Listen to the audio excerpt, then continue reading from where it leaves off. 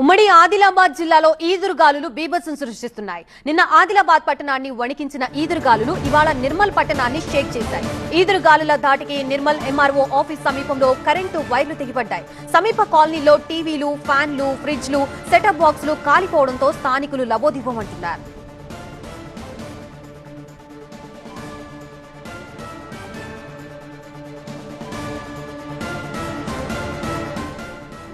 నిర్మల్లో ఈదురుగాలుల బీభత్సానికి పలు కాలనీల్లో పెద్ద పెద్ద చెట్లు విరిగిపడ్డాయి. పలు ప్రాంతాల్లో వాహనాలు దెబ్బతిన్నాయి. అప్రమత్తమైన అధికారులు డిజాస్టర్ టీంలని రంగంలోకి దించారు.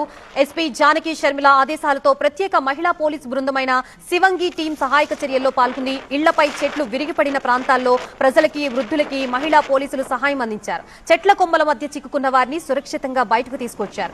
రోడ్లపై విరిగిపడ్డ చెట్లను తొలగిస్తూ స్పెషల్ అట్రాక్షన్ గా నిలిచారు మహిళా పోలీసులు.